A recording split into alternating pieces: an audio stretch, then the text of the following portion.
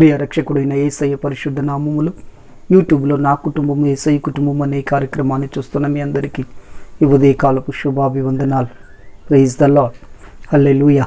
ప్రభునందు ప్రియులారా, ప్రభు మనల్ని ప్రేమించి మన ఆయుష్కాలాన్ని పొడిగించి ఈ మరొక దినాన్ని మనకు అనుగ్రహించి యథాప్రకారం అనుదినం ఉదయకాలం యూట్యూబ్లో ఇలా కలుసుకొని ప్రేమ వందనాలు చెప్పుకొని నూతన శుభములతో దీవించబడే కృపా ధన్యత భాగ్యాన్ని ప్రభు మనకు అనుగ్రహించారు. దినమెల్లా ప్రభు మీకు తోడుగా ఉండి మరి ఆయన హస్తపు కిరణాలు మీ మీద ప్రసరింపచేసి నూతన శక్తి, బలం, జీవం, అభిషేకం, ఆనందముతో మిమ్మలను ముందుకు నడిపించునుగాక. దిన అవసరాలన్నీ తీర్చి ఆశీర్వాదకరమైనటువంటి బాటలు ముందుకు నడిపించునుగాక. కృప కలుగునుగాక.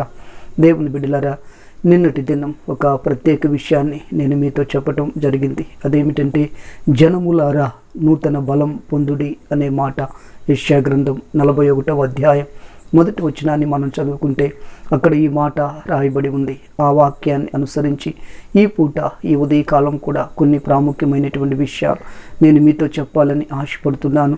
ఎలా దేవుడు మనకు నూతన బలాన్ని, నూతన శక్తిని, నూతన జీవాన్ని, నూతన అభిషేకాన్ని అనుగ్రహిస్తాడు అనే విషయాన్ని మరి ధ్యానించుకుంటూ మరి ముందుకు కొనసాగుదాం. దేవుని బిడ్డలారా, హన్నా అన్నది కదా, ఏమని?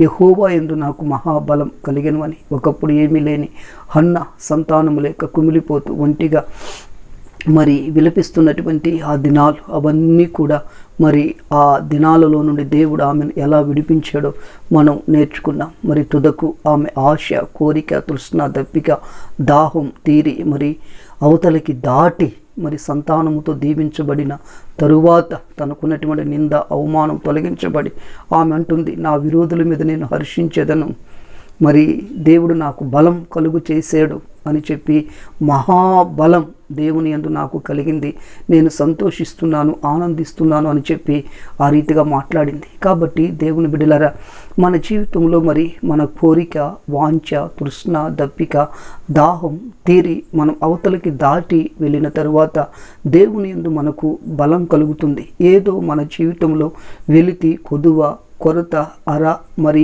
అలా హృదయాంతరంగములో మిగిలి మనల్ని పీల్చి పిప్పి చేస్తూ ఉంటుంది, కృషించిపోయేటట్లు చేస్తుంది. అయితే దేవుని సన్నిధిలో ప్రార్థించి మన జీవితంలో తృప్తి మనం ఎప్పుడైతే పొందుతామో అప్పుడే మన జీవితంలో మనకు బలం, నూతన బలం. దేవుని బిడ్డలారా, ఇంకొక విషయాన్ని ఈ పూట మనం మరి ధ్యానం చేసుకుందాం. అదేమిటంటే, ఒక రాజ్యాన్ని పరిపాలించే ఒక రాణి దైవజనుడైన ఏలియాతో సవాల్ చేసింది. అదేమిటంటే, రేపు ఈ పాటికి నీ ప్రాణాన్ని తీస్తాను అని చెప్పి. మరి ఏలియా భయపడ్డాడు.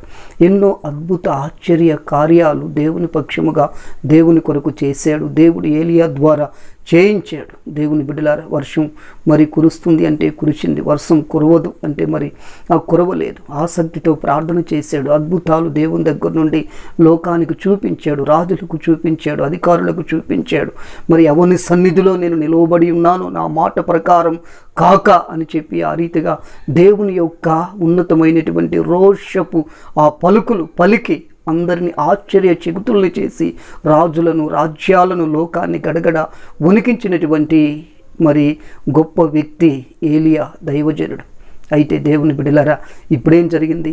రాజ్యాన్ని పరిపాలించే ఒక రాణి తనను చంపుతాను అని ఆ రీతిగా సవాల్ చేస్తే భయపడ్డాడు. రాణి కదా అని చెప్పి మానవ నైజం, మానవ స్వభావం, మానవ తత్వం, మానవ భయం అనేది ఒకటి లోపల పనిచేసింది.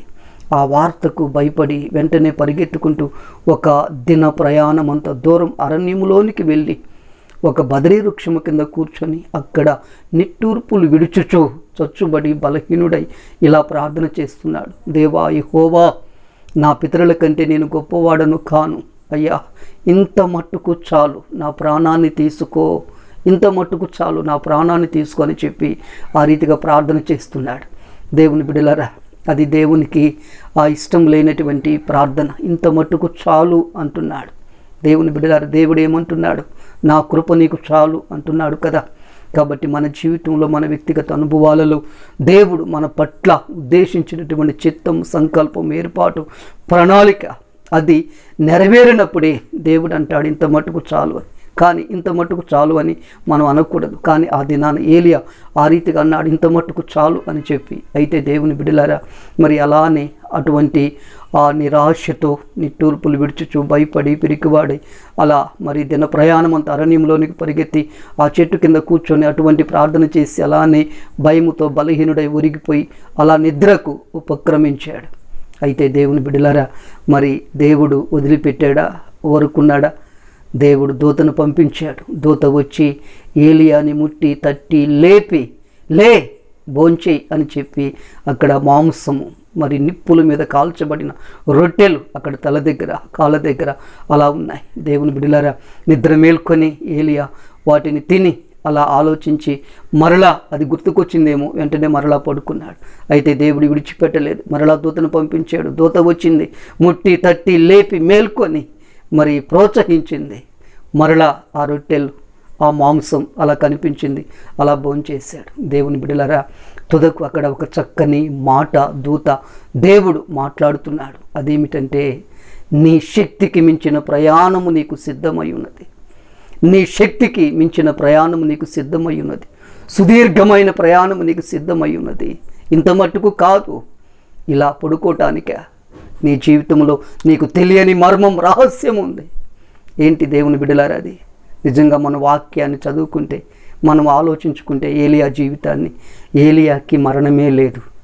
హనోక్, ఏలియా అనే ఇద్దరు వ్యక్తులకు మరణము లేకుండా అలానే దేవుని సన్నిధికి కొనిపోబడినట్లుగా వాక్యంలో మనం చూస్తాం.